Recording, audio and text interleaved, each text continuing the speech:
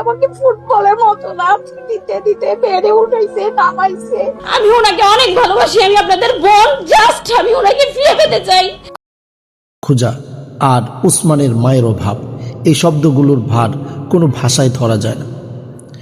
ভুল বুঝাবুঝি, শয়তানের ফিতনা, রাগ, জেদ মিলে দূরত্ব জমেছিল, কিন্তু আল্লাহ যার জন্য কল্যাণ লিখে রাখেন, তকদির তাকে আবার মিলিয়ে দেয়। আজ সেই রহমতের স্বাদ ফিরে এসেছে।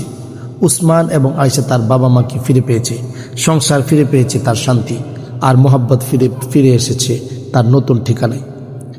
তোহা এর নীরবতা, সবর এবং সম্মানের প্রতি গভীর শ্রদ্ধা ও কৃতজ্ঞতা। ভুলগুলো বুঝে নেওয়ার পর হৃদয় আরও নম্র হয়েছে। আর দোয়া এইটুকু, আল্লাহ যেন দুজনের জীবনকে তার রহমত এবং দিদারে পূর্ণ করে দেন।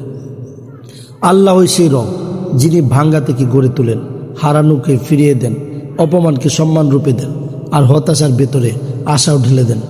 সবাইকে দোয়ার জন্য অনুরোধ রইল, কারণ এই ফিরে পাওয়া শুধু আনন্দ নয়, এটি একটি আল্লাহর করুণা ও ক্ষমার অপার। আবু তোহা আদনানের সাথে পুনরায় বিবাহ বন্ধনে আবদ্ধ হওয়ার পর এভাবেই আবেগঘন স্ট্যাটাস দিয়েছিলেন সাবিকুন নাহার সারা, আবু তোহা আদনানের স্ত্রী। আমাদের সাথেই থাকুন।